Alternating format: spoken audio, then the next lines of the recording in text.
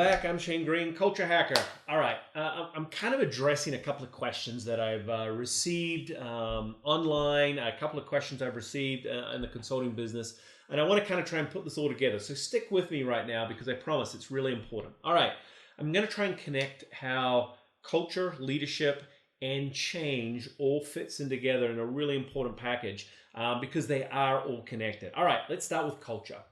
If you've been watching my videos, you'll know it's pretty simple. Culture is the collective hearts and minds of a group of people in the workplace, obviously of your team.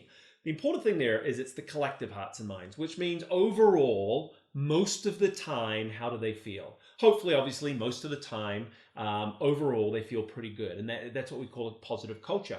But it's all about hearts and minds. And so this is why it's really important to understand what this definition of culture is, because the experience of the employees really does drive how they feel and think. All right. And I often say, when it comes to culture, the single thing you want to be thinking about is what do your employees think and feel about what they do every day, who they do it for, where they do it, what does the environment look like? All right, we've got culture. Let's now talk about what leadership is. Leadership is about a person's ability to inspire their people's hearts and minds. All right, so that's really important. Leadership and management are two different things, two sides of the same coin. Management is about running that operation. It's about, running things efficiently. I get it. Very, very important, by the way. Leadership is more focused on hearts and minds, focused on relationships, inspiration, motivation. When you have leadership, you tend to work through your people. And this is why you go into certain situations, you talk to employees, and they would do anything for their manager. Why? Because their manager has leadership.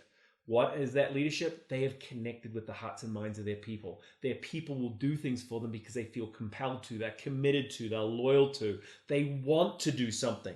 And let's face it, some of the jobs, some of the things that your employees do, they're not exactly a lot of fun. So the fact that a leader makes people want to do something is such an important part of this. So if you want a healthy culture, you got to have leadership.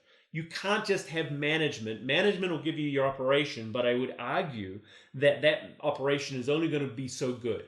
It's not going to be as good as it could be, because if someone's hearts and minds isn't into it, they're just going through the motions. Yes, you can have a production line, but at the end of the day, you're not going to get above and beyond performance. You're not going to have great interactions with your customers, and you're not going to have people who are truly committed to your organization. And so that's why leadership is so important.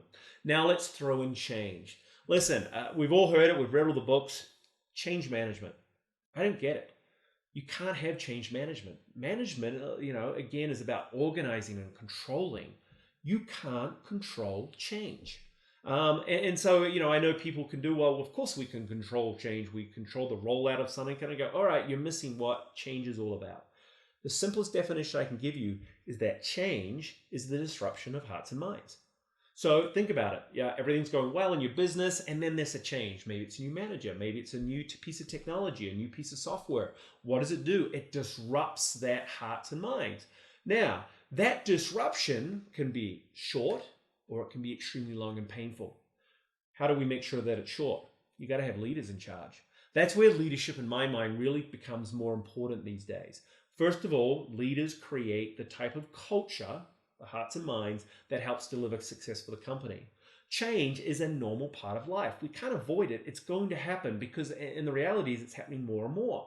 What good leaders do is they handle that disruption. They lead that disruption.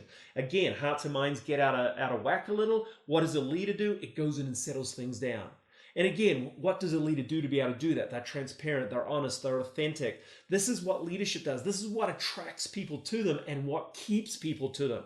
When times are tough, when shit happens, leadership steps up. And because it is leadership, because it is something that really tugs at someone's hearts and minds, that tug is stronger than the disruption that any change can put into play.